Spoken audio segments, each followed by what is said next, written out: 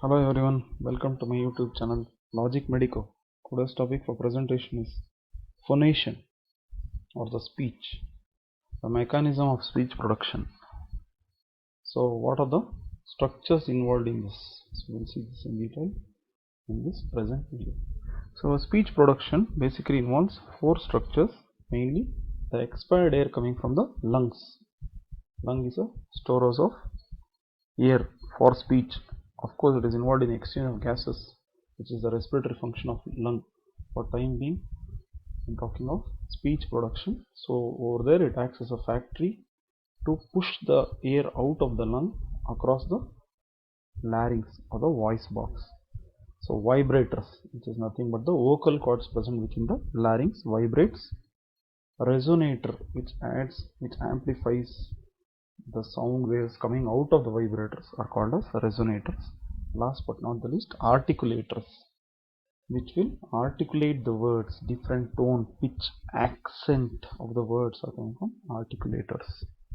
So first and foremost, speech production involves the capacity of the lung, that is the expired air coming from the lung. For example, in adult, the capacity of the lung, total lung capacity of the lung is approximately 5.5 liters of air can be there inside the lung, whereas the pediatric age group is hardly a newborn will have 500 ml of air. So when it becomes infant, it will have 1 liter of air. So where is 1 liter, where is 5.5 liters? So this capacity of the lung will vary from age groups and also with respect to sex. In female it is 500 ml to 1000 ml lesser lung volume when compared to the male sex. So what does lung basically do? It will force out the air out of it through the bronchi, ultimately through the trachea, and then over here it will produce voice, because there will be a voice box here, that is larynx. So it acts as an exhaust of air to push out through the larynx to produce voice. The loudness and the intensity of the voice depends on the force of expiration of air. If you are speaking low tone, if you are whispering, the force of air from your lung is less. If you are yelling at someone, if you are screaming, that means the force of air from the lung is more. So that is a basic idea you should have.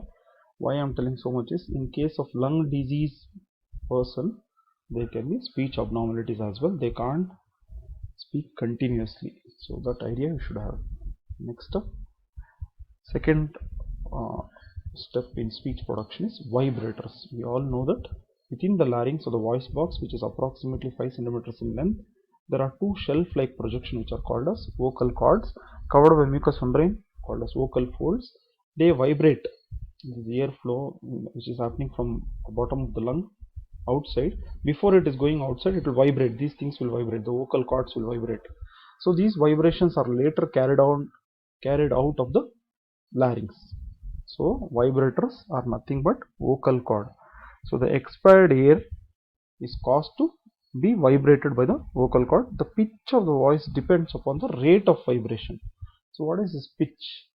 The number of frequencies produced is defined as a pitch. So in high pitch voice, the number of waves are more number of frequencies will be there, more number of waves will be there.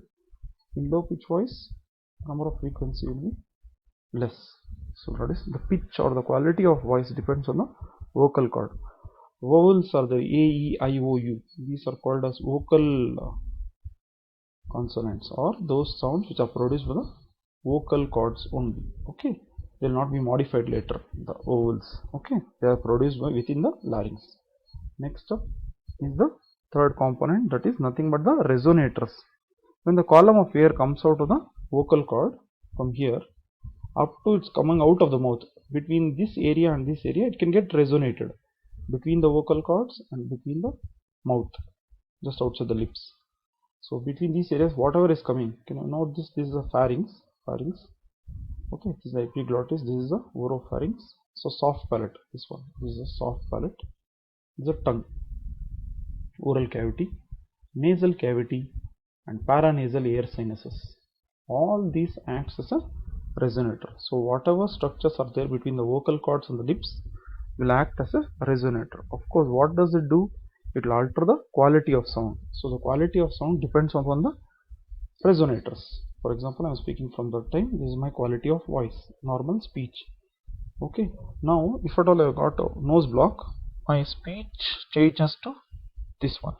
So now I can note that when I block my nose, the resonation of sound wave is minimized. So when the resonate, even on phone call, your parents comes to know that you have got a cold, because the quality of voice will be altered. The resonance of the voice will be minimized. So based on that, even on telephonic conversation, the other person will come to know that you have got a cold or a nose block. So all these components will add to the quality of the voice, the resonators. So any problem in the resonators will alter the quality of voice. Last but not the least, even the nose adds the quality of voice. Okay. So the last component for this speech production is involved is articulators. What is articulators? So these are nothing but the following structures. You know, this is tongue. This tongue will articulate the sound waves coming out of the vocal cords. This palate. Second component is palate. Palate, you know, add to the contribution of the articulators of the teeth. This is a cut section. Only one teeth is visible. In adult, there are more than one teeth. Only 32 teeth are there. Each half of each jaw contains 8 teeth. So lower jaw 16 tooth, upper jaw 16, 16 plus 16, 32 teeth are there. Lips. These lips also add to the contribution. Tongue means lingual. Okay, tongue means lingual. Palate, this palatal articulators. Teeth means dental. Lips means labial. That's a medical word for these things. Okay, now I want your active contribution. So some of the consonants produced by, I will give the examples. You can take a guess. Which is the articulator you have to tell. Options are tongue, palate, teeth, and lips. Okay. Pa. You can pronounce it by yourself. Pa. Fa. Pa. Ba. Ba. So which part of tongue, palate, teeth, or lip is used? You are told ma also. If you told lips or the labial, then you have told the correct answer. You use the lips. So any problem in this lip, cleft palate, cleft lip, or defect in the lip, tumor in the lip will alter these sounds. Okay. Next consonants produced are cha, ja, ja. So cha, ja, ja. These articulators are option tongue, palate, teeth, and lip. What is the answer? If you are told the tongue or the lingual, then you are told the correct answer. Okay, because when you're pronouncing these words, there is a tongue which moves to produce these words. Okay. Next consonants are k, kh, g, g. So which is the articulator? Option tongue, palate, teeth, and lips. So this is palate. Palatal word. Okay. Palate is used in the production of these words. Next consonants produced are ta, tha, da, da, da. What are you using?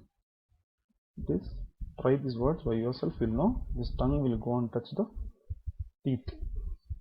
Okay, so it's called as lingo. This is called dental. Lingo dental words. Even now, I try to tell this. This tongue will go and touch the teeth, especially upper teeth. So tongue and teeth are involved. It's simply called as lingo dental articulators you are using. So any problem in the teeth or the tongue, these words will be affected. Last one. The consonants produced are fa, fa, va, va. So you pronounce these words by yourself and see. This lip is there, no? This is going and touching the teeth. Fa, fa, va, va. This is called as labio, and this is called dento. It's called as labiodental. That means lip and teeth are involved in production of this. So when you are 90 years old or something, that time the tooth is lost. These words will not be able to speak properly. What will be? Speech defect will be there in this. What this? So though the vocal cord, in summary, though the vocal cord is involved in the production of vibration, there should be air which is forced out of the vocal cord or the larynx through the lung. So the lung function is also important for speech production. Of course, the vocal cord should be clear or smooth. There should be no tumor or any abnormality, vocal nodule or anything over here. Otherwise, it will result in hoarseness. And of course, these resonators the pharynx, the paranasal air sinus, nasal cavity, oral cavity, all act as a resonator. The quality of the voice will be dependent on them. And of course, last but not the least, the articulators, the tongue, the palate, the teeth, and the lips. Everyone knows it is used in chewing, but only few students know that it is also used in speech production. So you should be that few students. Like and share this video with your family and friends. Don't forget to like, subscribe to my channel and press the bell button.